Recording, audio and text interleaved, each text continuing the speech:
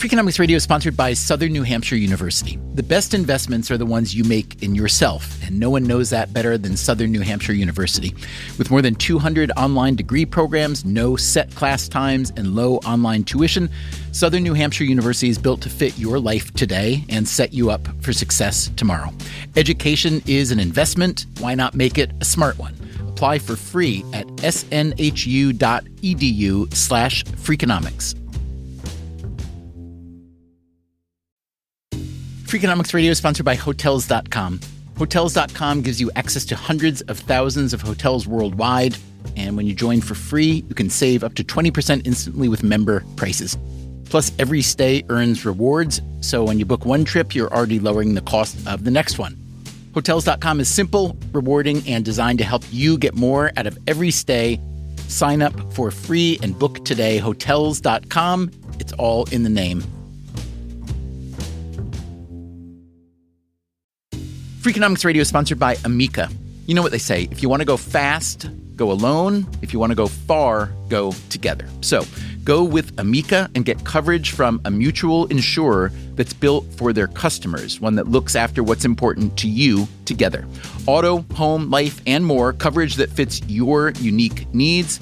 Amica helps you protect what matters most. Visit amica.com and get a quote today.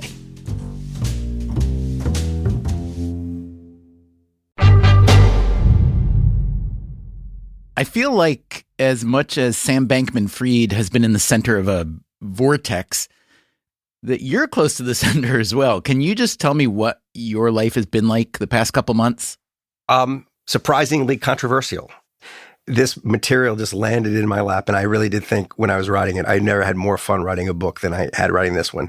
I knew that some people were going to be a little bit upset with the book, but I thought basically it was going to be taken as a thrill ride, and it would just be a fun read for everybody. What I wasn't prepared for was just the sheer volume of the anger. Michael Lewis is one of the most popular nonfiction authors on the planet. His books include Liar's Poker, Moneyball, The Big Short, Flash Boys, and now Going Infinite, The Rise and Fall of a New Tycoon. The tycoon in question is Sam Bankman-Fried, who was briefly everyone's favorite cryptocurrency billionaire. And Michael Lewis rode shotgun for some of the rise and most of the fall.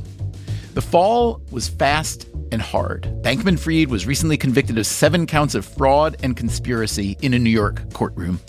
The controversy comes from people who argue that Michael Lewis went soft on Bankman-Fried instead of blasting him as a crook and a cheat. Here is how a New York Times review put it. Lewis had, in the months leading up to the disaster, a front row seat from which he could apparently see nothing. It troubles me that people want to put Sam Bankman-Fried into a simple box and put him on a shelf and not think too much more about this. Why? It troubles you why? Because he's so much more, and this is so much more interesting than that. Today on Freakonomics Radio, interesting is just the start of it. Sam Bankman-Fried bared all to Michael Lewis, and now Michael Lewis bears all for us. It was an unguardedness that was shocking. It's the latest installment of the Freakonomics Radio Book Club, and it begins right now.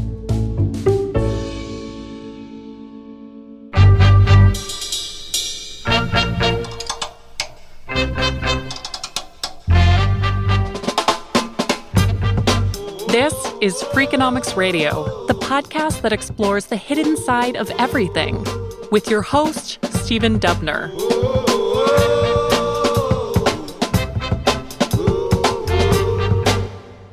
Here's how Michael Lewis begins his new book, Going Infinite. This is from the audio version with Lewis himself reading.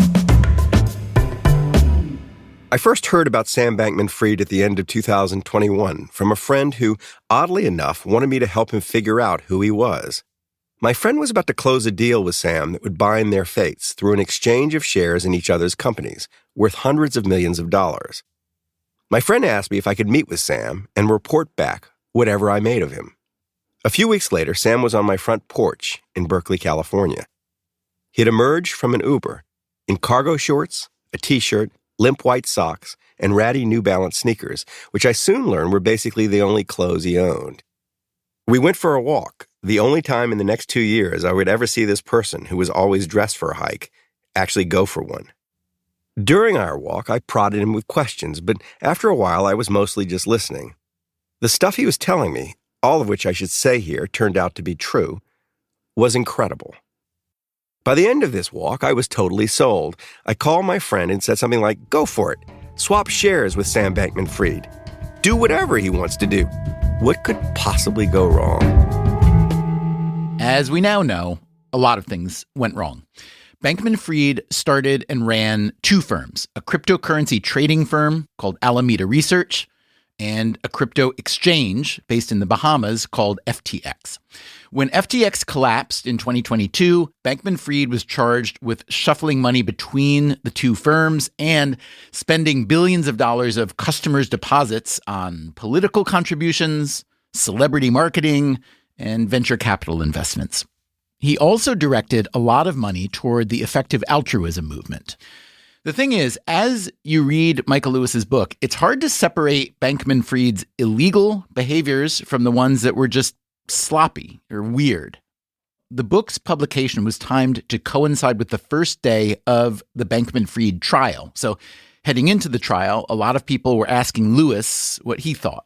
I didn't actually say, "I don't think he did anything illegal," or "I'm not sure."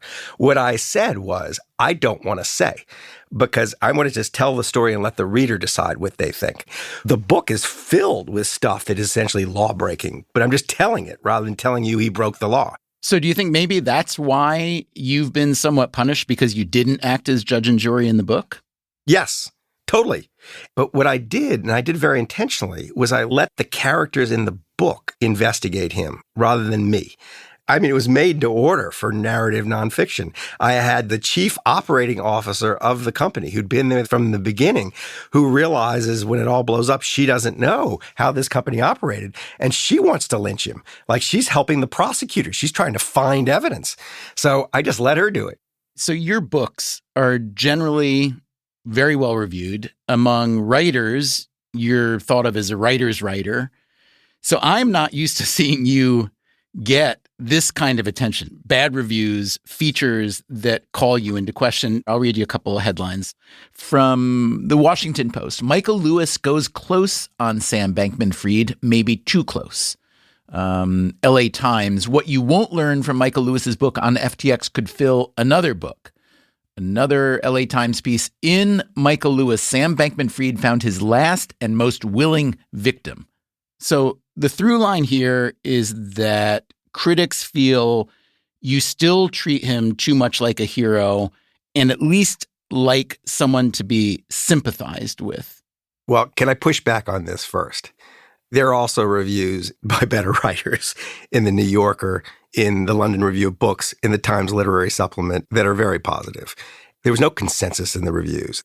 But the objections here were bewildering to me, because the idea that you're not supposed to get to know your subject, I mean, there are people who have been presenting themselves as authorities on Sam Bankman-Fried who've never met him.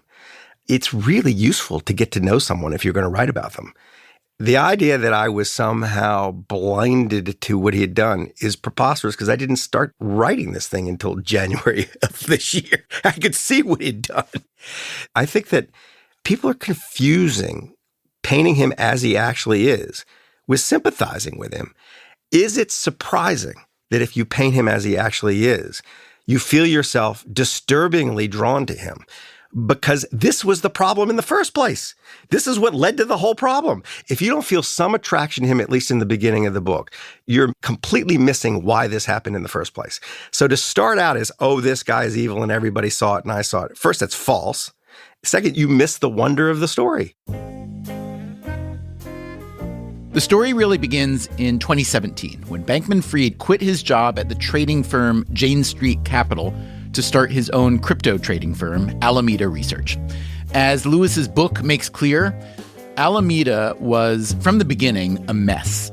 Bankman-Fried was very good at finding clever ways to make money by trading cryptocurrencies at a time when most mainstream trading firms still avoided crypto.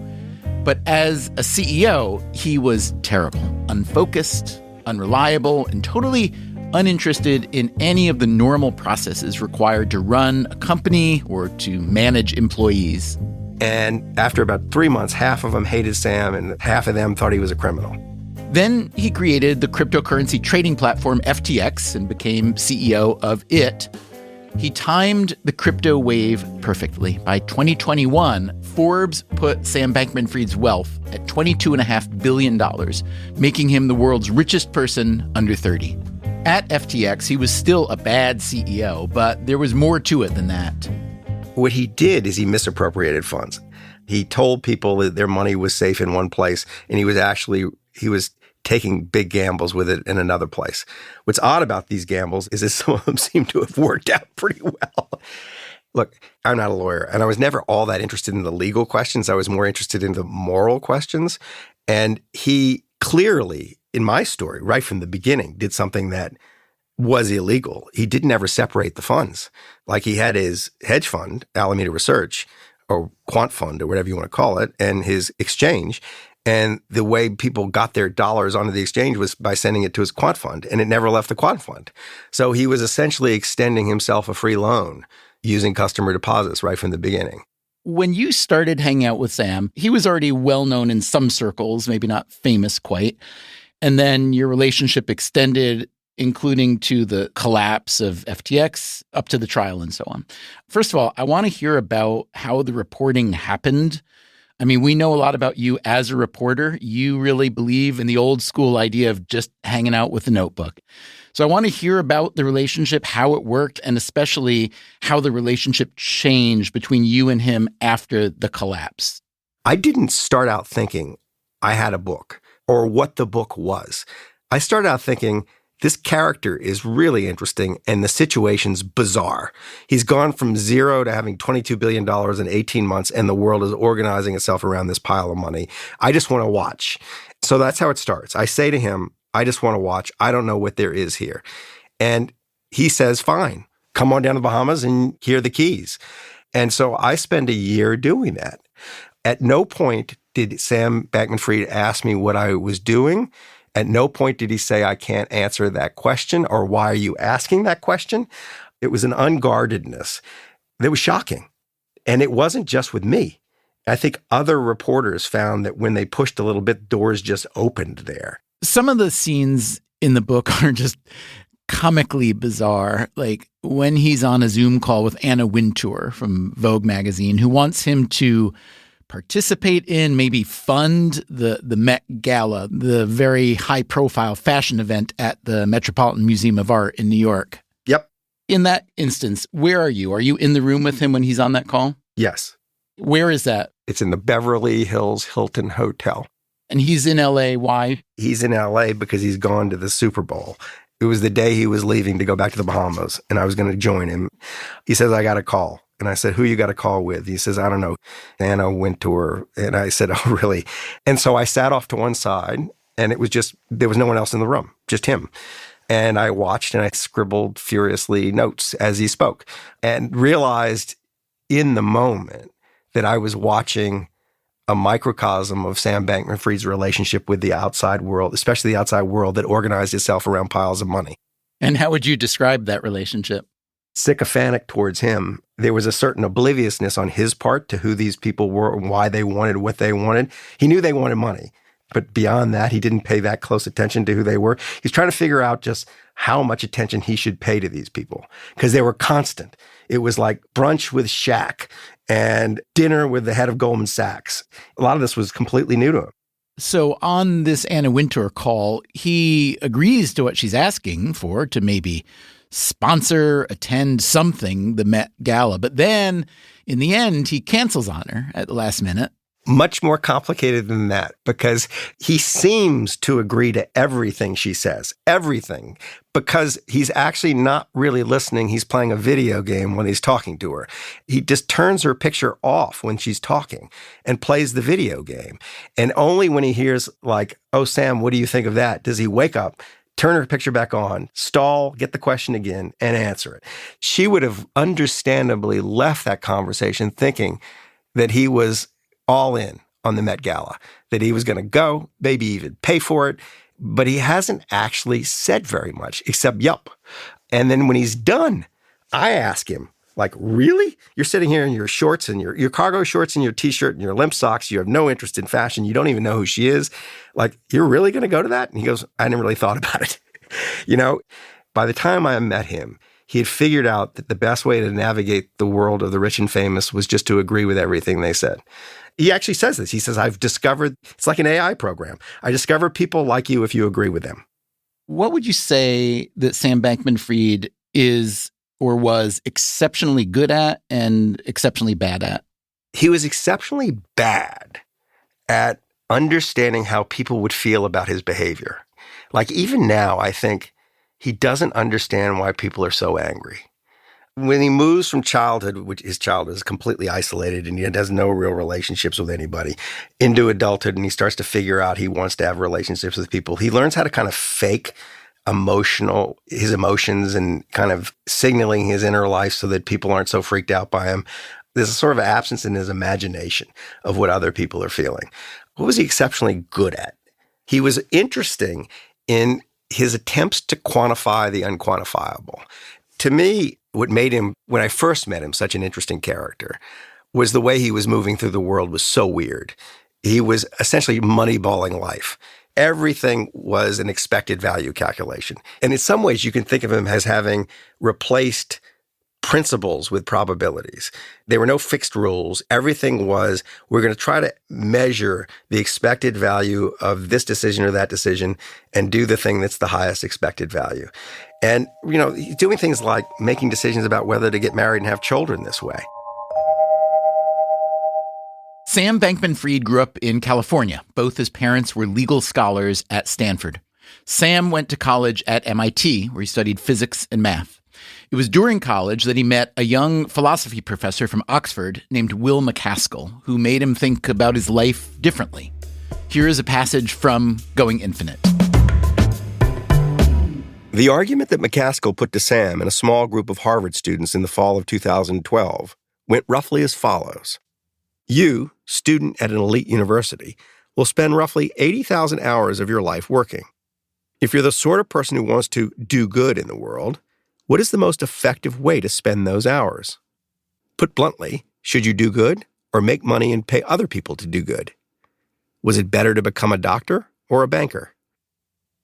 MacAskill made a rough calculation of the number of lives saved by a doctor working in a poor country, where lives were cheapest to save. Then he posed a question. What if I become an altruistic banker, pursuing a lucrative career in order to donate my earnings? Even a mediocre investment banker could expect sufficient lifetime earnings to pay for several doctors in Africa, and thus would save several times more lives than any one doctor. MacAskill and his associates called their movement effective altruism.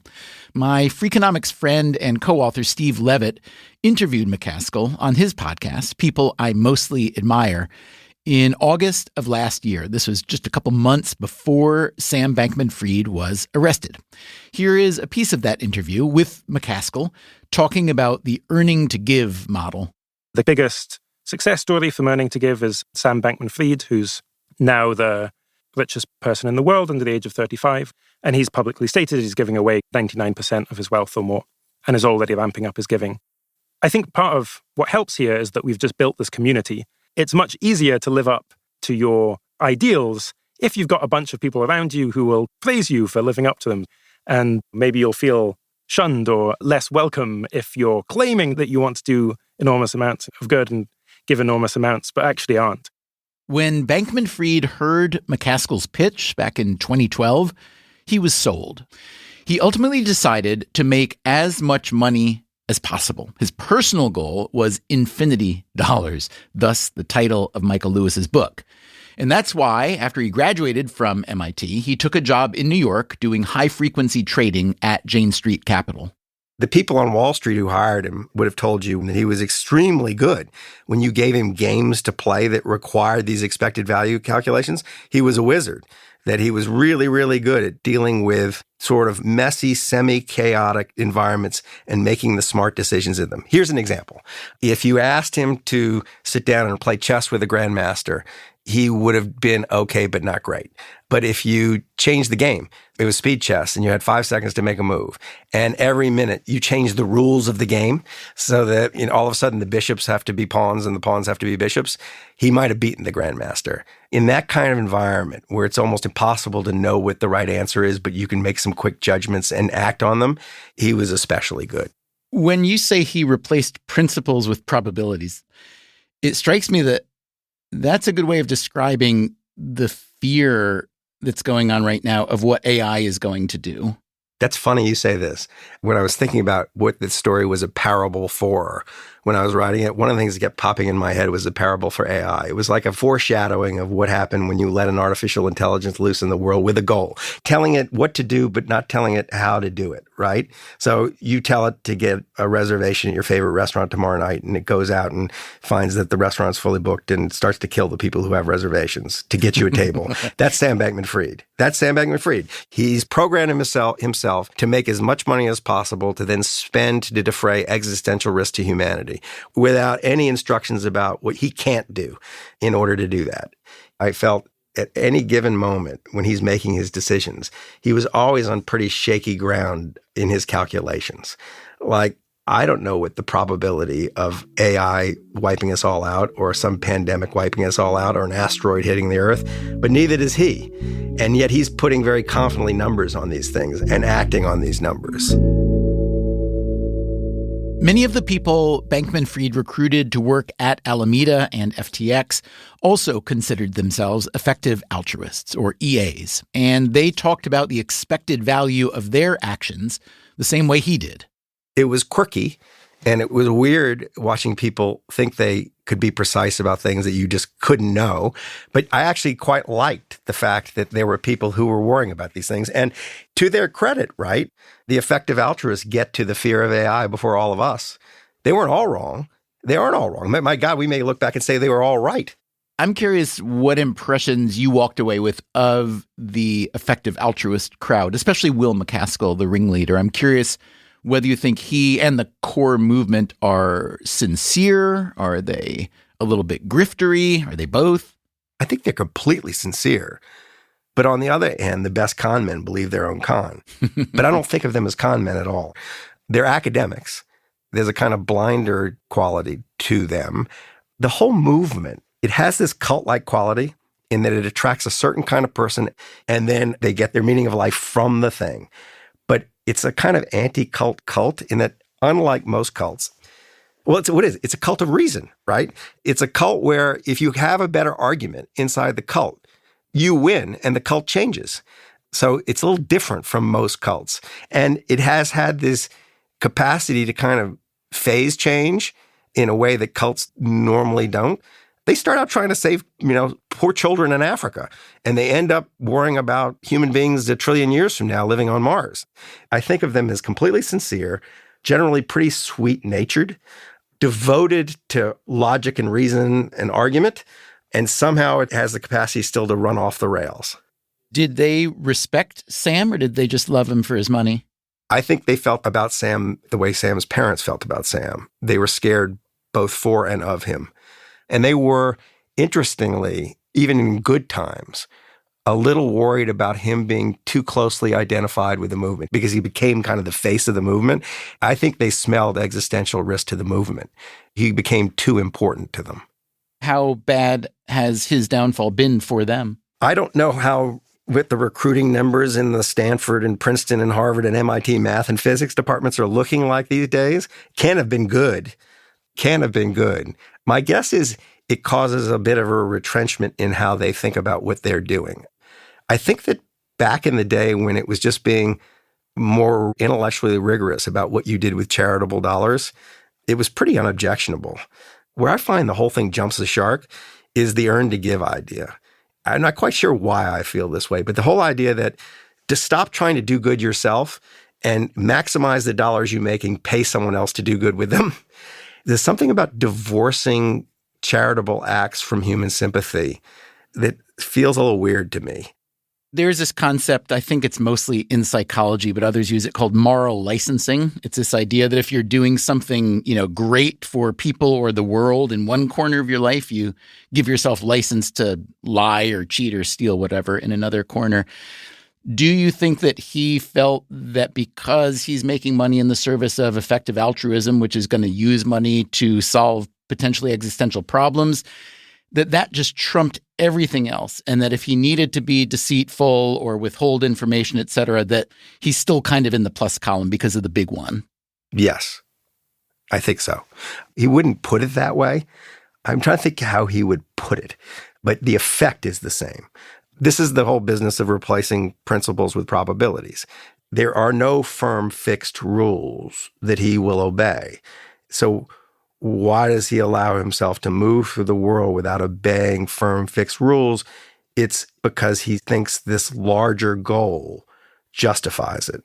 He figures out as a kid, or as a pretty young person, that he has the ability to do harm because he doesn't feel what other people feel.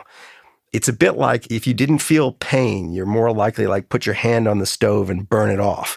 He's lacking some essential human equipment that would constrain his behavior. And he knows it. And so when he discovers a rule he can give himself, a goal he can give himself, and the goal seems noble, lower the existential risk to humanity, save human lives. In a way, he's trying to put some constraint on the harms he creates. But I do think moral licensing will do as an explanation. I'm curious to know what the effective altruists make of someone like Bill Gates. He's spent the past 10, 15 years spending billions of dollars trying to do what looks to me like a version of what they want to do. And there have been people throughout history trying to do similar things. What do you see as the biggest distinction between Gates and the effective altruists? Degree of fanaticism and rigor. I think Gates does a lot of things other than just try to maximize the lives saved with his dollars. But I think the EAs would tell you that Gates is the closest thing to an EA who's not an EA. They're probably dollars that Bill Gates has given to museums that would disturb them. Because they're... A dollar given to a museum is a dollar wasted in their minds. Coming up after the break, another way to waste dollars. If you give Donald Trump $5 billion not to run for president, what do you think he's going to do? I'm Stephen Dubner. This is Freakonomics Radio. We'll be right back. Freakonomics Radio is sponsored by Principal, the perpetual pen tapper, the arbitrary fridge reorganizer, the holiday party planner that starts in May. Principal knows that your star employees have their work quirks. Principal also knows how much those employees mean to your business. You need them. They need benefits.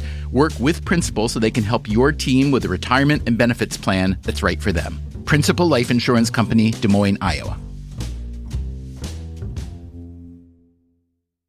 Freakonomics Radio is sponsored by Advantech. No one likes a creaky floor, and builders know that the subfloor sets the tone, which is why Advantech subflooring is engineered for strength, stiffness, and moisture resistance. Advantech products are designed to stand up to the elements and give you a bond so strong it's backed by the industry's first squeak-free guarantee. No squeaks, fewer callbacks, no problem. When the schedule is tight and performance matters, head to huberwood.com/Advantech to lay the foundation of a solid build.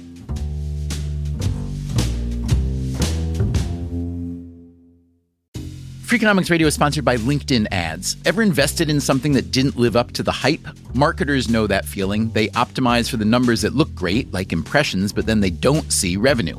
LinkedIn has a word for that: bull spend. Instead, you can get the highest ROAS of major ad networks with LinkedIn. Cut the bull spend, advertise on LinkedIn. Spend $250 and get a $250 credit. Go to linkedin.com/Freakonomics. Terms apply.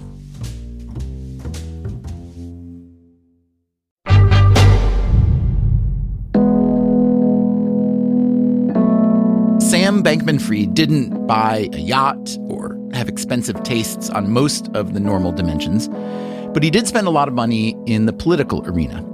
Some of this went toward influencing cryptocurrency regulation in the U.S., which would have let his FTX exchange expand its business. But his political spending went in other directions, too. Here again is Michael Lewis, author of Going Infinite. So he spends $10 million in an Oregon Democratic primary on a candidate named Carrick Flynn.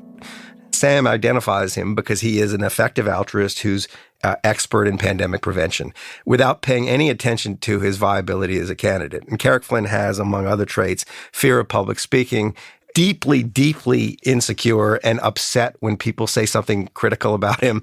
Lots of things that would be red flags in a political candidate. Was he from Oregon, at least? He was a carpetbagger. I think he'd spent time there, but he'd basically been living in Washington for a long stretch. And Carrick Flynn ends up winning, 20% of the vote. So that's one bucket of Sam Bankman-Fried spending, is trying to get candidates into Congress or encourage actual elected representatives to take more interest in things like pandemic prevention. How would you rank on a scale of 0 to 10 how much Sam actually cared about that issue? A lot. 9.5. And this was happening during COVID already, correct? Well, it just seemed like the one thing that's obvious to do is to build some equivalent of the National Weather Service for disease, global pathogen prediction and detection. And he was not only interested in that, he was actually putting money into it. And I thought, that's interesting. Alongside that, Sam had decided all by himself, and much to the chagrin of other effective altruists, that Donald Trump presented a threat to democracy. Democracy was the most likely tool for addressing existential risk to humanity. So therefore, Donald Trump needed to be stopped. And so he poured lots of money into anti-Trump stuff. And he did it, I think, mainly through Mitch McConnell-influenced PACs. And the idea there was to find, especially in Republican primaries, candidates who were not real Trumpers. Everybody was seeming to be a Trumper, and McConnell had distinguished between the people who really thought the election was rigged from the people who were just saying it. And the latter were maybe more likely to govern responsibly. And what's your sense of efficacy in that realm, if any at all? It's funny. I don't know how influential the money was, though I think it was some tens of millions of dollars. But I did have a glimpse of Sam Bankman-Fried style meddling, his kind of gamey meddling in this process. At the moment that we had this conversation, he was taking an interest in the Missouri Senate primary.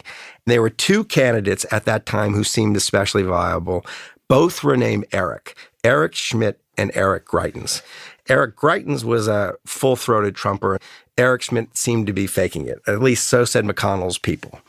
And Sam told me, and this isn't a private conversation, that his political operation had been having conversations with the Trump political operation because they were afraid Trump was going to jump into this race and endorse Eric Greitens, the real Trumper, and that would actually put Greitens over the top. So they were trying to think of ways to stop this from happening. And they came up with this idea that they would tell Trump to just come out and say he was for Eric without specifying which Eric, because both the candidates were named Eric. And that the argument to Trump was, one, it would be funny and be a meme and everybody would talk about it. And the second was he didn't care which Eric won. All he cared was that he backed the winner. So Sam's telling me this, and I said, how real could this be? In the same breath, he's telling me that he's offering Donald Trump $5 billion not to run for president. And 2 days later, Trump comes out on Truth Social and says, I'm for Eric. And indeed, it was a meme. And indeed, everybody thought it was funny. And indeed, it diffused Trump's influence. And indeed, Eric Schmidt won. Now, you glossed over the plan to pay Trump directly $5 billion to not run again in 2024. How real was that? I don't know. I can tell you where it was when I talked to him about it. It's funny in retrospect that he was worried it was illegal. The question was, is it legal to pay anybody not to run for president? Did you ever learn the answer to that question? I haven't learned the answer to that question. Is it a bribe? But the practical point, and this is the point I actually made to Sam, I said, this is insane. If you give Donald Trump $5 billion not to run for president, what do you think he's going to do? You know what he's going to do. He's going to take the $5 billion and he's going to run for president. This is not like an enforceable contract. And I know that they had the conversations.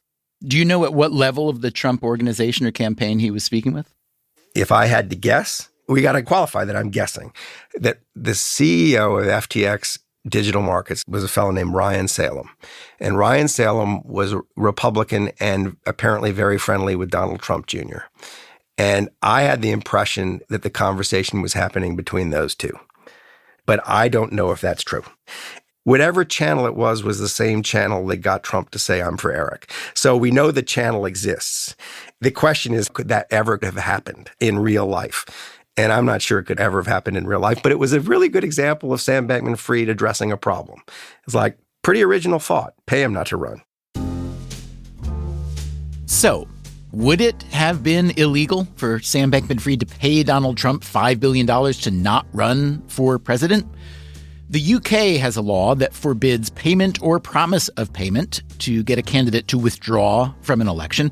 In the US, it is less clear. People have been sent to prison for paying candidates to drop out, but in those cases, the crimes were violations of campaign finance disclosure requirements, not the payments themselves. It is also against U.S. law to bribe a public official to influence a, quote, official act, but it's not clear that running for office counts as an official act.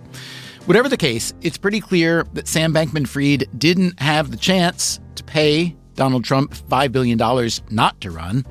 It's also worth noting that his mother, Barbara Fried, may have inspired this idea. Before Sam got rich, she had built a political operation. They were trying to find smarter ways to give money away, and it was pretty explicitly anti-Trump. So Sam's first donations are through her. So you said a couple things about Sam's parents that I find really interesting. They're in the book they're kind of often there, but below the surface. Can you just draw out that relationship and tell me, which directions the emotions flow these days and what those emotions may be? I think one of the unusual things about the relationship between the parents and the child was the parents pretty quickly gave up on the idea he was a child. I remember Sam's mom, Barbara, telling me that he was, 8 years old, and she had just written some abstruse paper for some academic journal, and he asks her what it's about, and she sort of humors him, but he pushes and presses, and she actually tells him what it's about. And she says his responses were smarter than the responses she got from a peer review, coupled with they made some brief pass at doing childish things with him. She took him to an amusement park, and she was kind of hauling him from ride to ride. And at some point, she sees he's looking at her and just observing her. And he says, "Are you having fun yet, Mom?" They both had the story in their head. Again, even in good times, back when Sam was a billionaire, that he wasn't suited to childhood. He didn't connect with other people. What scared them, I think, was he didn't fit into the world. They were really worried he would find no place for himself in the world. They thought his little brother was going to be fine and, might be a shining star. They thought Sam was never going to, work out because he was so socially maladjusted and indifferent. It was indifferent to any kind of social interaction.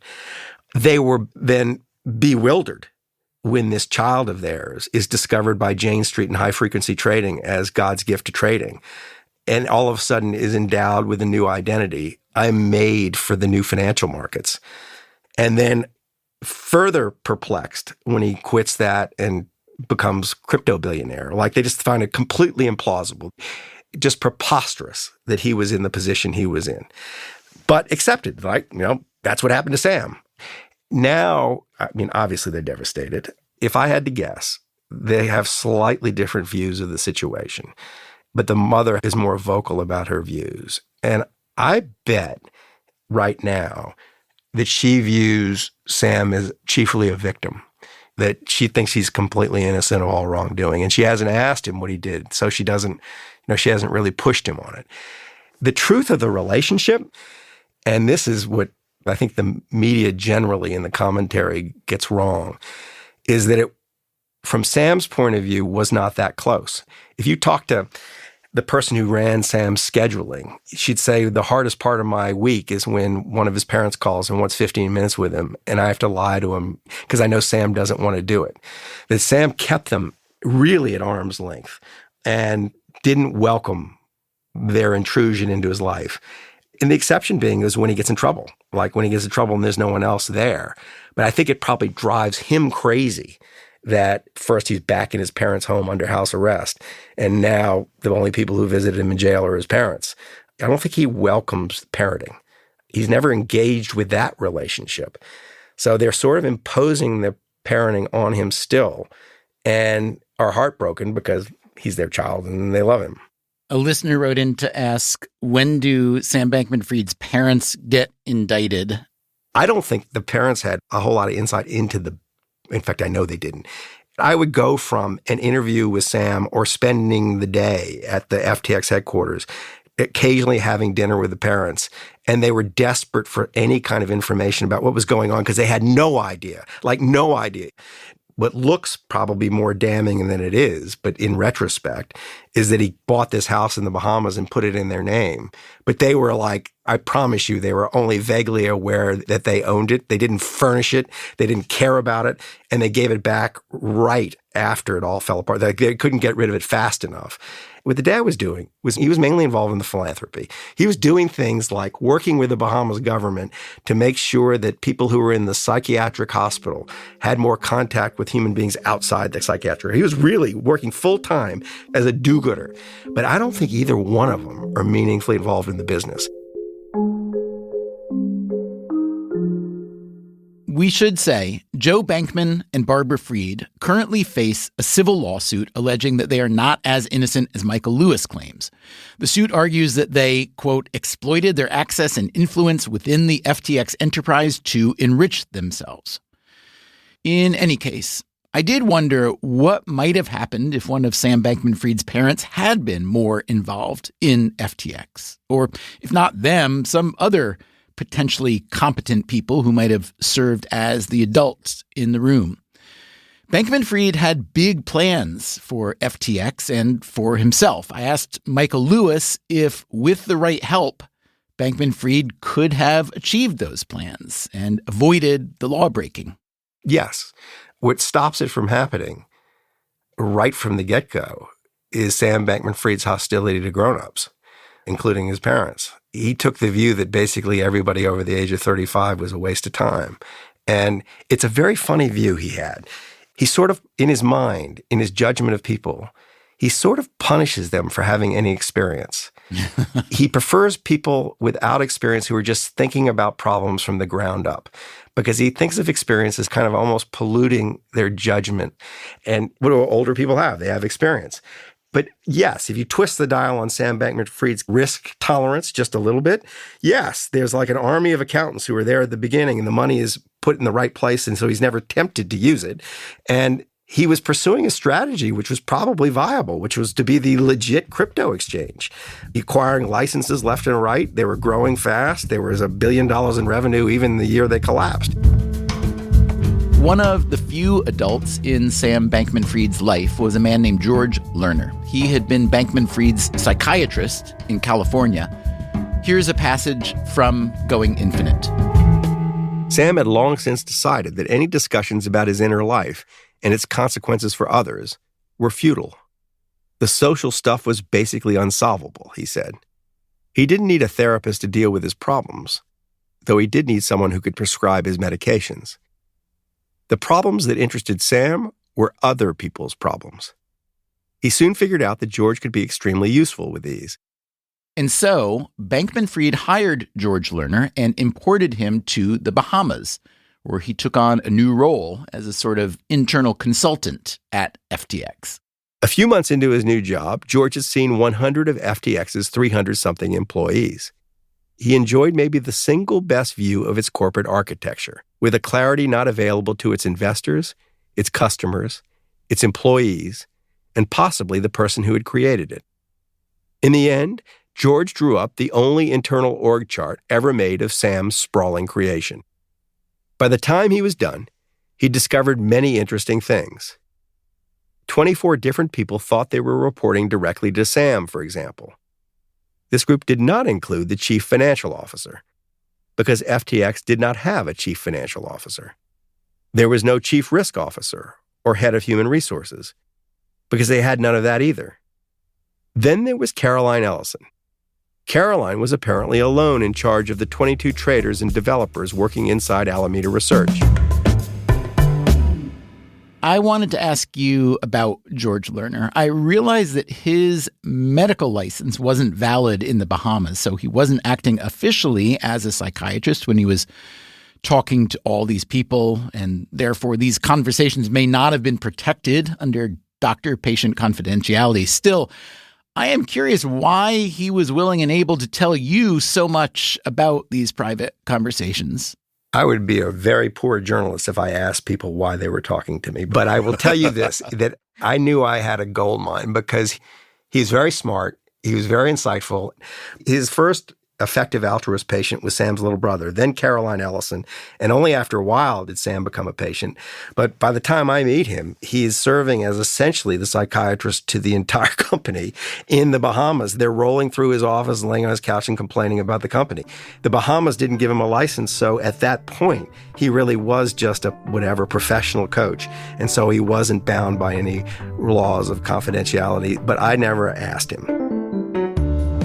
Caroline Ellison, who by 2022 was running Alameda, was also Sam Bankman-Fried's on-again, off-again girlfriend. During the collapse of FTX, they were off and barely speaking.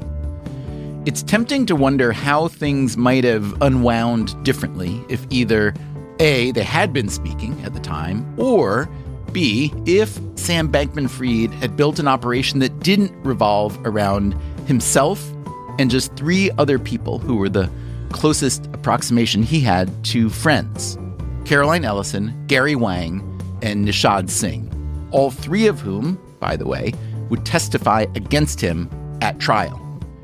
It took the jury just 4 hours to convict him on 7 counts of fraud and conspiracy.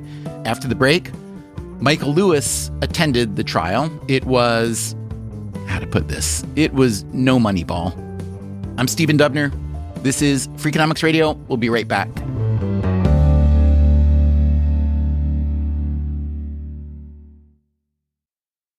Freakonomics Radio is sponsored by Figure. Did you know that 40% of homeowners own their home outright? If that's you, don't let your equity sit idle. Tap it with a home equity line of credit. Figure, the #1 non-bank HELOC lender in the U.S., helps tap equity you've built in your home so you can do things like tackle a renovation or pay down debt. HELOC is a line of credit secured by your home. You can draw what you need, repay, and draw again.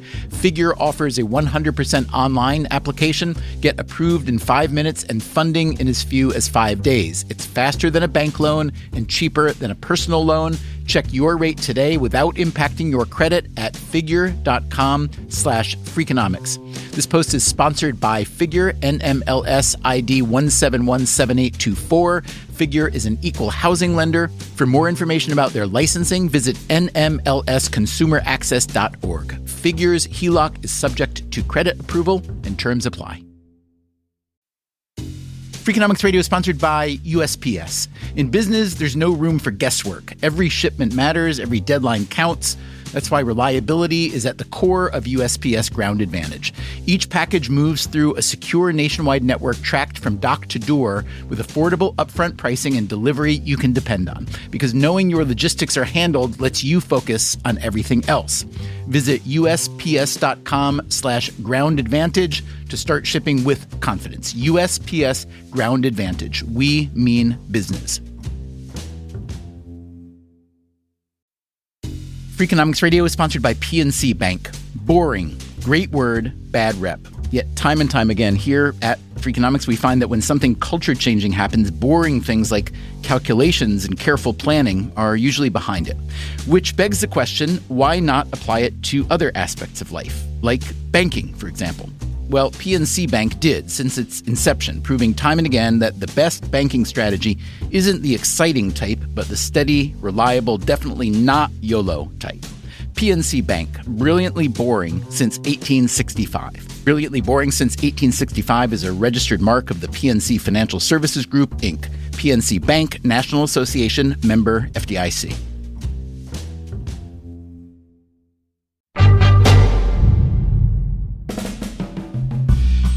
The trial of Sam Bankman-Fried began on October 3rd in the U.S. District Court in Lower Manhattan.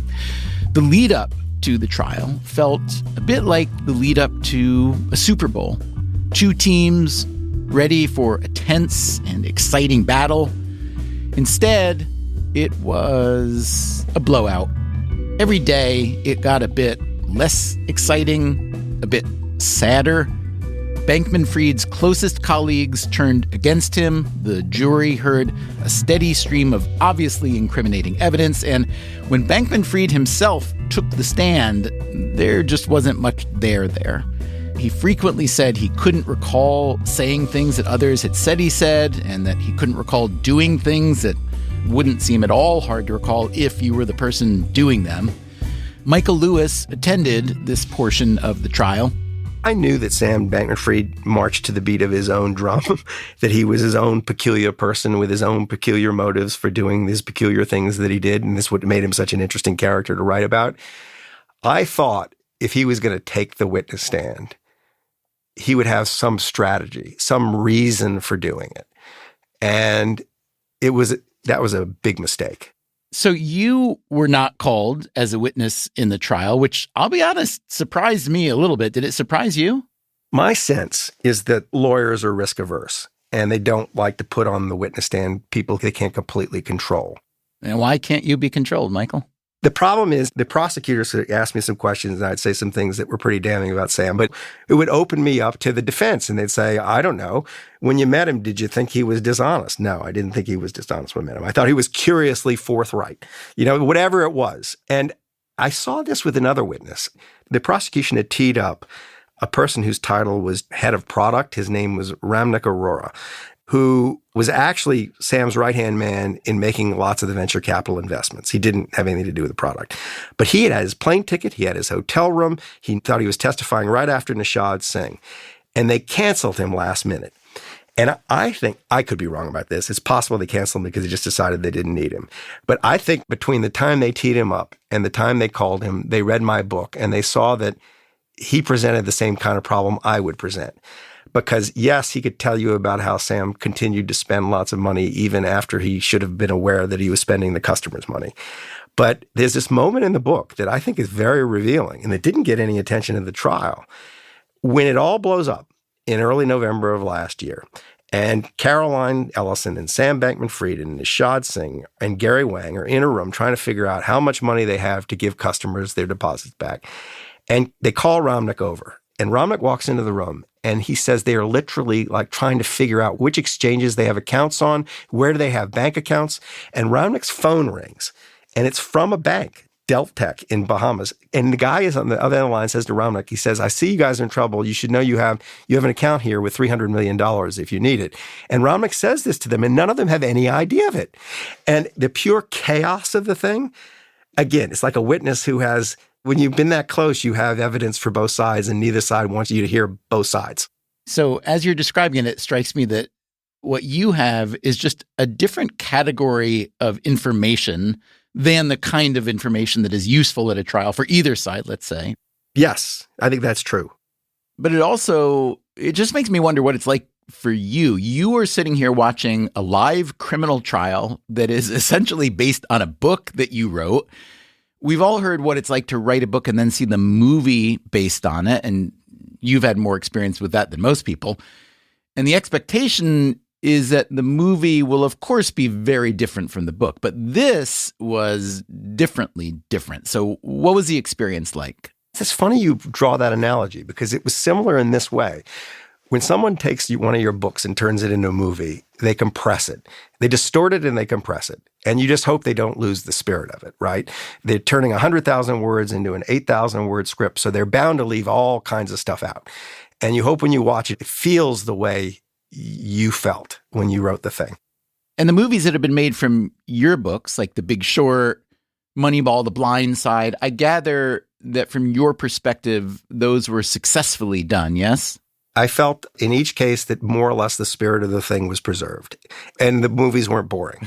In the trial, I felt the spirit of the thing was more distorted than the movies distorted it. And also the thing that was striking in the trial, we take it for granted in our legal system, these plea bargaining agreements, they're essentially corrupt. I mean, they're very useful tools for prosecutors, but essentially the prosecutors are able to pay people with years of their lives to say stuff on a witness stand, so long as it's not falsifiable.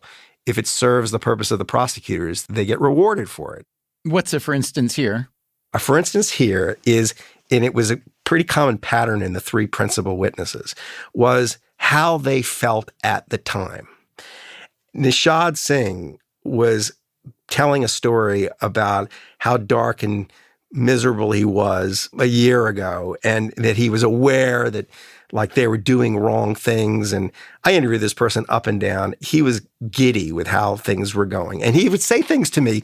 I mean, in the book, he says back in 2018, when he's 21 years old and joining Sam Bankman-Fried in the crypto trading firm, he says how quickly he figures out that the law isn't what's written. The law is what you can get away with and what you can't get away with. He's saying things to me that you don't say if you're feeling at all worried that people are going to suspect you're doing a bad thing. So they were able to misremember their states of mind. And the states of mind they described themselves having been in were alien to anybody who observed them at the time. Were you really surprised that there's that trade-off or sort of bribing as you're describing it? Well, I knew it existed, right? It was just watching the effects of it. You know, we get our legal system from the English, and the English are shocked we allow this. It's not obvious that we should. It was viewed as corrupt until not that long ago. It's now just been woven into the texture of our criminal justice process. If I was sitting in the jury box, I would certainly have convicted.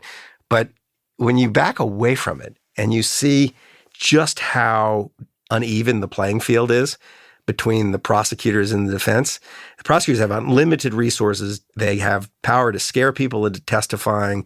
They can cut plea deals with people. You see why the stats are as shocking as they are. You mean the conviction stats? Last year, 99.6% of the people who were charged with federal crimes either pled guilty or convicted. So why did Bankman-Fried testify himself when so many of his answers were essentially, I don't recall? It's a great question. Go back even further. Knowing what he supposedly knew, why did he stay in the Bahamas when it all fell apart? If he'd just gone to Dubai, he'd still be there. Did you ask him that, why he stayed? Yeah. I mean, I can tell you what he said. He said, because I didn't do anything wrong. I mean, if you want the answer to all those questions, it's because he thinks he did nothing wrong. He thinks that his error was not paying attention. That's the story he's told himself. The prosecutors, I think, were maybe a little surprised by just how well their case went, because there was, in the summing up, when they were making the argument to the jury about why they needed to convict, they said, even if you believe this guy, believe that he just wasn't paying attention to this $8 billion that he took from the customers and used in his private fund. There's this idea called conscious avoidance, and that doesn't let you off the hook if you just didn't pay attention. But I think the simple way to explain all his behavior is he's adamant in his own mind that he didn't do anything wrong. I'm curious to know what you learned, if anything, at the trial, but especially I want to know what you thought you might learn at the trial and whether you did or didn't. There were a couple things that I really wanted to know that, in retrospect, maybe the trial wasn't the best way to get it, but if you can't get at it through the trial, I don't know where you're going to get at it through. I really did want to know the moment when the sum total of liquid assets in Sam's world, combination Alameda and FTX, was less than the customer deposits. Like, when did he go negative there? Is that a knowable fact? It could be figured out. The bankruptcy people might know already. When should have everyone had alarm bells ringing in their heads? Because I didn't see any sign of alarm bells ringing in anybody's head until it blew up. There's another thing. When it all fell apart, I was doing this crude exercise of figuring out all the money that had come into Sam's world and all the money that had left it in the form of customer deposits or venture capital investments or expenditure on political campaigns. And to this day, there still seems to me several $billion that I can't figure out where they went. There's been some hand-wavy explanations about how it might have been lost. I'm not sure it has been lost. It's possible the bankruptcy people are still literally finding money the way you find Easter eggs. These bankruptcy people are being led by John Ray, who was installed as the emergency CEO of FTX by the law firm Sullivan & Cromwell. We had Ray on the show earlier this year talking about the singular challenge of taking over FTX. That was episode 560. We called it, Is This the Worst Job in Corporate America or maybe the best? Here's what Michael Lewis wrote about John Ray and the process by which he came to replace Sam Bankman-Fried as CEO. The wild and wonderful world of U.S. corporate bankruptcy was increasingly dominated by big law firms. But there were still a few of these lone actors, like Ray, who played the role of wildcatters. The law firms brought in the wildcatter to take over as CEO of the failed firm, and the wildcatter in turn hired the law firms. As a legal matter, at 4:30 in the morning on Friday, November 11th, 2022, Sam Bankman-Fried docu-signed FTX into bankruptcy and named John Ray as FTX's new CEO. As a practical matter, Sullivan and Cromwell lined up John Ray to replace Sam as the CEO of FTX, and then John Ray hired Sullivan and Cromwell as the lawyers for the massive bankruptcy. I mean, the problem with the bankruptcy process is that it's designed to maximize the number of billable hours. It's designed to go on forever and ever and ever, and it's going to cost $1 billion. It's crazy. Is that more on Ray or more on Sullivan and Cromwell, or just the way the system works? The way the system works. The system's nuts. What would you propose instead? I think there needs to be a regulator. At the moment, there's no oversight. There's someone called the bankruptcy trustee who's an employee of the Department of Justice who has no teeth. His ability to write angry letters to the judge, and he has, saying it's outrageous how this is being run, but the judge can just ignore it. Now that you've seen the trial, if you had to write the book over again, what would you do different? The one thing I would have loved to have known, I love the idea in their pillow talk of Sam saying to Caroline that there was a 5% chance he would be president of the United States. I feel like I was robbed of material. One more reason I'm just thinking now about why the book got a different reception than one might have anticipated is because it came out around the same time as Walter Isaacson's bio of Elon Musk. And Walter gets to spend a lot of time with his subjects, also living subjects at least. I haven't read Walter's book, but my read of the reviews is that he praises Musk's accomplishments while laying out the ways in which personally he's kind of an asshole. And Musk is still the richest guy in the world and at the top of his game. Sam had been defenestrated by the time the book came out. And I wonder if maybe, I don't know, it's the right kind of target for the right kind of times and you didn't shoot an arrow through that target. Well, I can't write it any other way than it was. It would have been bizarre to try to pretend that Sam Bankman-Fried was obviously evil to everybody around him. It would have failed to grapple with why all these people, the smartest venture capitalists, important politicians, celebrities are enthralled by him. How stupid would it be not to create some of the charm that led to him finding himself in the position he was in? There is a particularly revealing scene, particularly sad scene, toward the end of Lewis's book. This happens after FTX had cratered, but before Bankman-Fried had been arrested. And even though most of his employees had fled the Bahamas, he stayed on. And so did Constance Wang, the chief operating officer of FTX. She had been Bankman-Fried's 8th hire. Michael Lewis was also in the Bahamas then. Here's what he writes. For the better part of the month, I watched Constance return from her encounters with Sam. Over and over, she confronted Sam with the suffering he'd inflicted upon the very people who'd been the most loyal to him. Most FTX employees had lost their life savings. Some had lost their spouses, their homes, their friends, and their good names. There were Taiwanese employees of FTX still in Hong Kong who couldn't afford plane tickets home. I asked Sam, said Constance, when you were doing this, have you ever thought how much this event will be hurting people? Even here, however, she found herself talking past Sam. In his telling, he hadn't realized how much risk he'd subjected others to without their permission. Constance nevertheless sensed that he didn't really register the damage he'd caused to other people in the way that, say, she might have. He has absolutely zero empathy, she said. That's what I learned that I didn't know. He can't feel anything. So did Sam read your book? I've not spoken to him since he was hauled off to jail on August the 11th. I was told by his lawyers that they snuck it into him on a drive that had all of the legal documents, but I don't know what he thought about it. He's the one person who hasn't ventured an opinion about my book. What's your opinion? Our email is radio@freakonomics.com. The book is called Going Infinite, The Rise and Fall of a New Tycoon by Michael Lewis. Coming up next time on the show, It's that time of year. Every holiday season, we share with you the other shows we've been making at the Freakonomics Radio Network. First up, an episode of No Stupid Questions about, and I know you've been waiting for this, about the Zeigarnik effect. The Zeigarnik effect refers to keeping in our minds unfinished tasks. And when we have closure, when something is checked off or resolved, then that thing exiting our mind. That's the myth. Myth or reality? How much does closure really matter? That's next time on the show. Until then, take care of yourself, and if you can, someone else too.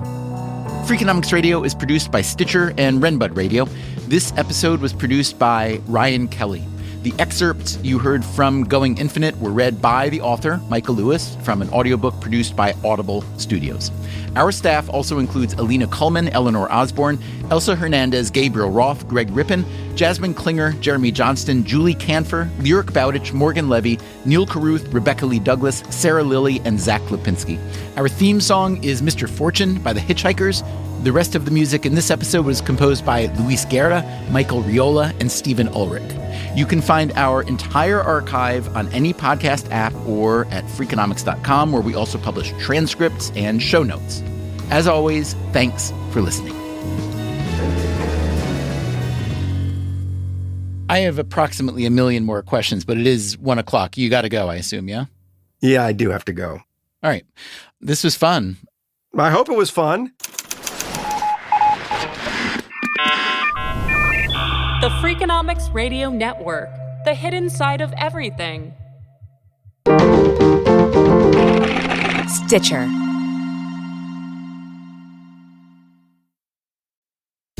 Freakonomics Radio is sponsored by Ozempic. Innovation happens through rethinking what's possible, and when it comes to GLP-1s, Ozempic pill does just that. Learn more about Ozempic semaglutide tablets, 4 and 9 milligrams, by calling 1-833-OZEMPIC or visit Ozempic.com to view the medication guide and ask your doctor what's possible with FDA-approved Ozempic pill.